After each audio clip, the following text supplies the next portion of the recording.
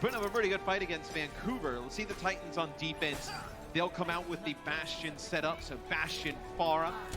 How do the Gladiators decide to break? Hey, They answer Bastion back with a Pharah. Bastion Pharah of their own. Nice! Both teams trying to work the Bastion on this map. We've definitely seen a lot more of it. I think back to the Atlanta Reigns filthy Horizon Lunar Colony defense with the May. That's really pushing it to the limit. Somansu getting low, but he's saved there by the Immortality Field. As I mean, you what put are they the trying Immortality to around the achieve from corner. here, really? For which team? What is the Gladiators trying to achieve? I guess setting up so Trying far to burn away. down some of these shields here, and then you can have Hydration off to the side with the damage boost. Just try and put down a rocket or two, take a player out. Okay, Ant Matrix. That's risky business for sure for playing in that, though. It does force the Titans out of line of sight, though. Look how low they are. They're forced to stand inside their own Immortality Field. And now Hydration can get the pick. The Immortality Oh, Field gone, traded. but gonna be traded on out. There's mercies Probably for get a both. res on both sides. Yeah, Huxel isn't being tended to. Go! Concussive Blast to interrupt it. Looks like it worked. I mean, you're really not waiting much longer for Shortfall to come out of spawn anyway, in all fairness, but that's fine. So a nice little play from Huxel, known for his Pharah, by the way. One of the very best. And he sends a couple rockets Shortfall's way. It's still pretty big that he breaks up the res. The res there would have been huge for some extra damage to get the cart even further around the corner. Now we can go back to the same dance we had originally, right? Both teams trying to set up, burn down some of these shields. Somansu with configuration tank. Shortfall has it as well. Immortality Field thrown out by both sides. And Matrix here. Who's will go down first? And just going to And keep Supercharger. plugging Oh, away at each other. Okay, Twilight just got his Ant Matrix on one now. It's almost like you're better off if you take more damage because you give more healing to your Batiste. They waited out. That Supercharger stuck around the core. The Hulk doesn't catch. Roar actually fortified to make sure of it. And the more damage, though, the riskier it is. They're trying to actually get Boyd here. They get him with a stun and then take him out. It feels like so long since we've seen some quality El Presidente gameplay. Like it was only yesterday when we were seeing it. It was. Like, you kind of think with the double shield, like, oh yeah, double shield with Bastion, that makes a ton of sense. It also makes a ton of sense for the other side as well, because with two shields and with the way the shields work for Sigma and Orisa, it's not like you can burn these shields down with damage. They're up so frequently that you're just kind of shooting shields forever, waiting, building some ultimates, and then you have these moments of fights where the Ant Matrixes come down, the Superchargers as well. Yeah, I mean, Huxel's the only player that can see that Immortality Field. Oh, No! I was just That's about to what say, happens. it is a way easier angle for Haxall to take the fight than for Hydration. Hydration does not care, though, as he goes right inside on the high ground and gets a huge barrage. How did Vancouver not expect this? Let's see it. I mean, they should. He's playing from here. Huxel, you think, you're kidding me. He just walks up. That is Fraggy Earth Shadow level from last year on Hollywood. Just walks up behind him. That's nasty. Thomas, who brought back into the fight, he was taken down. Oh, trying to keep that Bastion alive. Shortfall has the tank mode configuration. You actually feel like you favor the Sentry mode in that matchup. It's two shields he got to shoot through, and he's got to peek into the Ant Matrix. Hey, don't worry though. Mercy's there to res. Big gravitic flux. Shaz will drop to this one, but just him. Shortfall's able to find 2 kills. Huxel and Tizzy. Somansu on the flank. He's flanking. Oh dear! Somansu appears in the shadows. He got one. Boy's going to use kinetic grasp though and get the payload across the line. That only works if Somansu has teammates on the card. Yeah, so watching that I was like, he's gonna flank, maybe tank mode and pick up 2-3, but his teammates die on the cart, so they're not able to contest. As we will continue with the Pharah Bastion on this map. A lot of good opportunities to set up, whether it be offense on the cart or some high ground here for the defensive teams. This Hydration with another barrage, see if he can get another good use of it off.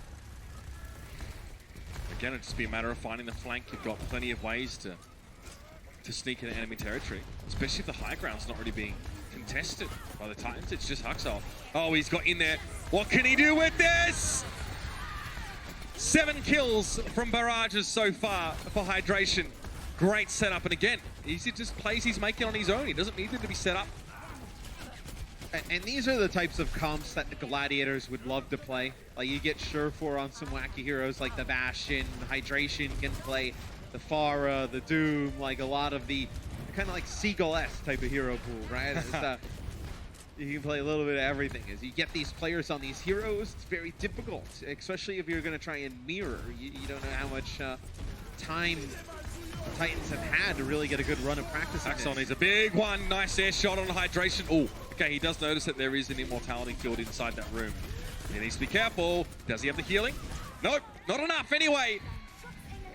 Can he have the backup for the rest of his team? Has to feel bad about that. Slime stalling things out. Actually buys a pretty handy bit of time.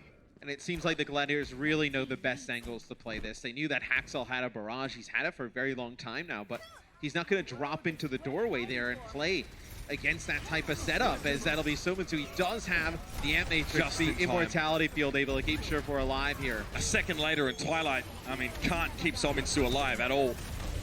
Tank configuration for both Bastions.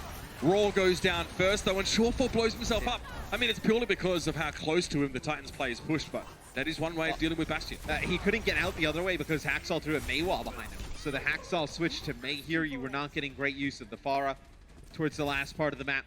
Remember the other series we casted with the Atlanta Reign and the Shock. Atlanta was able to use the Bastion on offense, get to this point, not push it over the line. And they stayed on it for a while. Now you're going to see the Gladiators switch it up. It's Atlanta in that series, we know how they got it over the line. It was not with the Bastion, it was with the Shock moving away from the card. But it was definitely... It was the Horizon Lunar Colony Bastion Mei setup that the Titans are going for here that really hurt the Shock. Immortality Field down. Twilight follows soon after. That was very quick, wasn't it? Look at that push in. Janu tries to, well, keep his team alive here with a Gravitic Flux, but there's no follow-up, and that ultimate just doesn't do enough on its own. 1 minute 20 on the clock here. The Gladiators are sailing home, and they get there.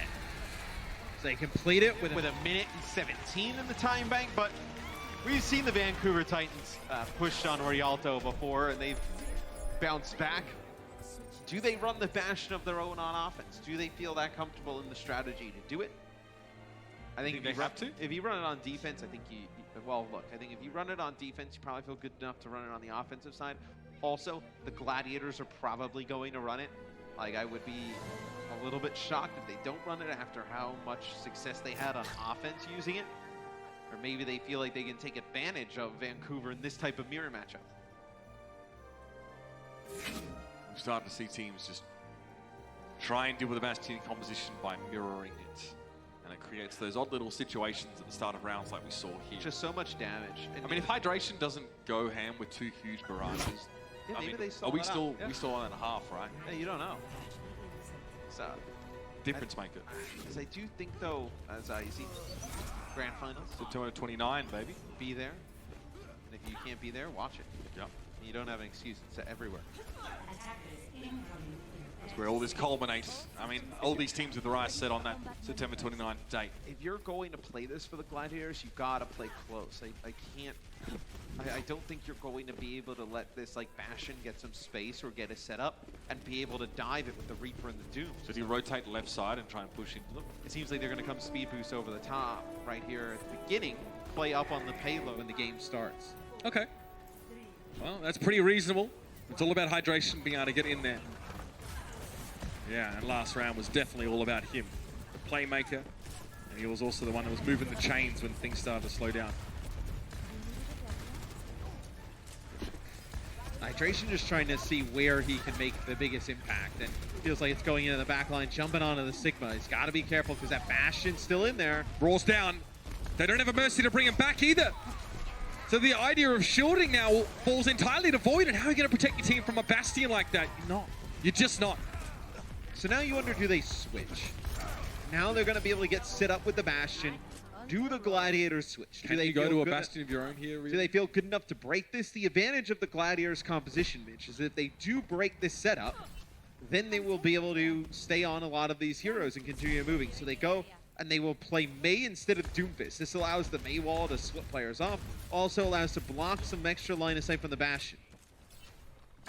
This will give Haxel an advantage in the DPS head-to-head, though. There's not much that Surefour and Hydration can do to interact with him.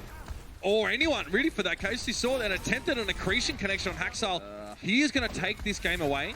He's just going to rob the Gladiators blind if they don't counter him. You lose Roar again, though. I mean, Roar is dead basically instantly on your first defense. Then coming out there, he's killed rather quickly as he goes over to Wrecking Ball now. So they really want to try and get at least a touch here on the point. They're not. Well, I mean, I guess they can will, Raw, but that amplification matrix makes life really hard. And Haxal here, that's mostly a defensive barrage, believe it or not. He knows the Gladiators are going to push into this. Solminsu's gotten one. He's gotten two now. And these big tanky bodies can't do much against a hail of rockets and bullets, respectively. So does Roar stay on the Wrecking Ball, or does he switch back? No, surely not. You'll switch. Yep. So basically, he gave up 40% of the Orisa ultimate. One of the most important in the game. But you gave up 40% of that ult to get out Barrage and get out Amp Matrix. So you really, in a way, that's the transaction. You traded 50% of your ultimate. Because if they don't go back and touch, they don't use those ultimates. So you use the Wrecking Ball to go back and get a touch. You essentially get them to use 2 ultimates there. Early sound barrier in this fight. Janu might be sitting up for a big gravitic flux, but doesn't have a target to fire on. Drops down with the accretion, and Haxal gets 2 from the barrage. 3. Is that enough with Janu helping out? I'd say it is. And the drop down of the Meikio hydration onto the low ground. He just can't keep things going quickly enough. Big Goose knocked onto the high ground, and that's it. I mean, Fire have been dominant on this map for both teams. Oh yeah, and we take a look from Haxal's POV. Yet again, as some players come up in the sky. We forced an early ice block as well. Gravitic Flux, and then the barrage from up above. As they can't really pay attention to him because of all the damage that Bastion's putting down. So they get a stun on a Johnny to open it up. Somehow it gets alive. Shortfall's trying to push it. Oh man, the immortality field. That's clutch from Twilight. What a series he's had. Okay, Solminsu hits the air shot twice in a row. Can't be a fluke then. Big Goose trying to push in, living dangerously. Through the amplification they can't go matrix. out to finish these kills off because of the Amp Matrix. Solminsu's right there. He's just going to gun him down.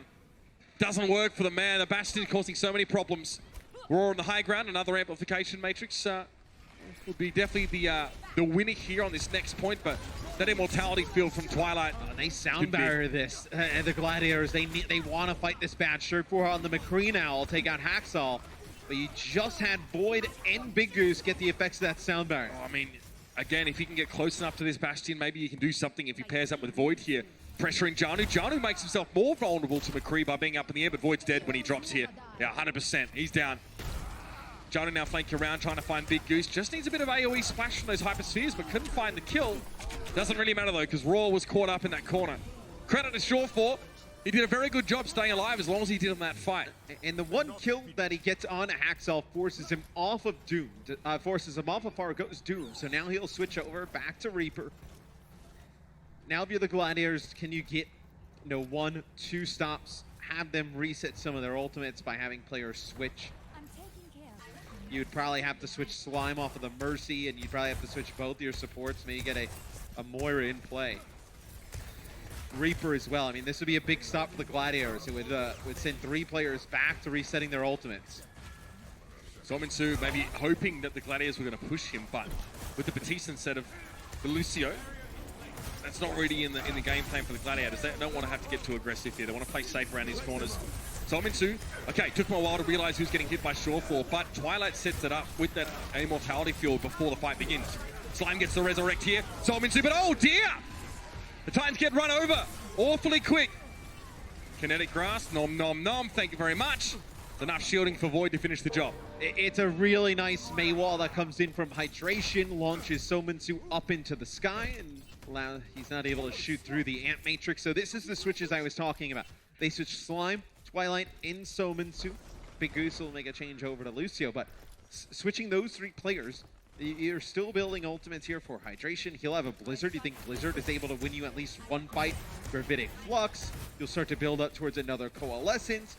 You have a slight window of an advantage here for the Gladiators, but that slight window may result in them having a better time bank. Let's see if Doomfist for Haxal can't find an early kill. Okay, Blizzard after the hold. That's devastating. You're not getting out of that. Yeah, the Blizzard's a fight win. I mean, especially in these small chokes. Well, I mean, they halted them as well before that.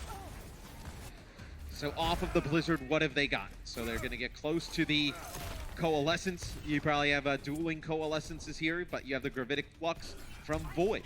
Like I mentioned, just having that small advantage, getting them to switch off is now going to give them a really good chance of finishing with a better time bank, or potentially winning the map here. 1 minute 39 and counting for the Titans. They try and close in on a map completion at the very least. Otherwise, this will be an even series heading into the 5th. Hydration goes to Doomfist now, so it has the ability for those one-shot KOs. The whole setup, Hydration got knocked down. It was mutual between the two Doomfists. Void trying to go for the Gravitic Flux. Couldn't find a kill completion there, but Slime is taken down by Big Goose and the Titans. I mean, they're going to have to commit to this one. They're hanging around, despite losing their Lucio. They can wait. They got time. You can back out here if you're Vancouver. I mean, you're going to be in like a one-fight territory, but you'd rather get a full use of everything your team's got here. So you'll have the Supercharger plus Gravitic Flux. This will force Big Goose to use Sound Barrier probably a little bit earlier. Here comes Janu, straight forward. Void immediately eliminated, but Shawfall's going to be able to get a Death Blossom in the middle of it. Janu, Kinetic Grasp, keeps him alive, but not for long enough. Shawfall's eventually able to run him down, and Tizzy is missing! This has gone run for the Vancouver Titans in every way. Minsu has a Death Blossom, but you may as well save it just to try and finish the map. The Gladiators are going to have more time one way or another. And Janu dies there before he can get off his Gravitic Flux, which it may end up helping them out in a way as the Sound Barrier comes in from Big Goose. If you can get back, get a use of that Sigma Ultimate plus Coalescence, you may be able to push it to the end. I mean, the Titans have everything they really need, Matt. They technically shouldn't lose this fight purely based on old economy. So the Gladiators get aggressive, they come forward, they've already got Haxel! The Titans needed him so badly. They get the Coalescence to come through, at least get rid of the enemy Doomfist though, and a Death Blossom from Minsu yields one. And then a second after the fact, Hellfire shotguns firing away. 3 kills for Minsu. And he'll get a 4th here. Finally, the Titans come up with it, but you better hope they would with all the ultimates they brought in. They just had a lot of ultimates to combo there at the end, but you can see what the Gladiators wanted to do. They did not want to switch to a mirror Bastion comp to break that. Would have reset all of their ultimates, switching back there towards the end. They wanted to get a hold there in the final chokes. We'll see how overtime goes after this.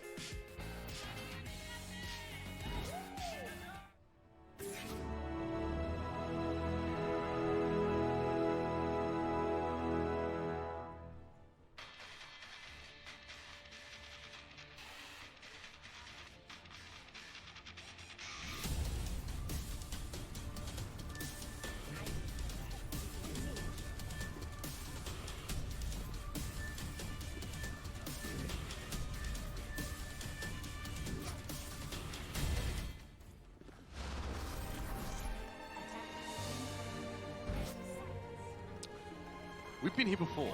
I've seen the Gladiators come into rounds on Rialto while being behind, but the Gladiators looked really good on their attack, man.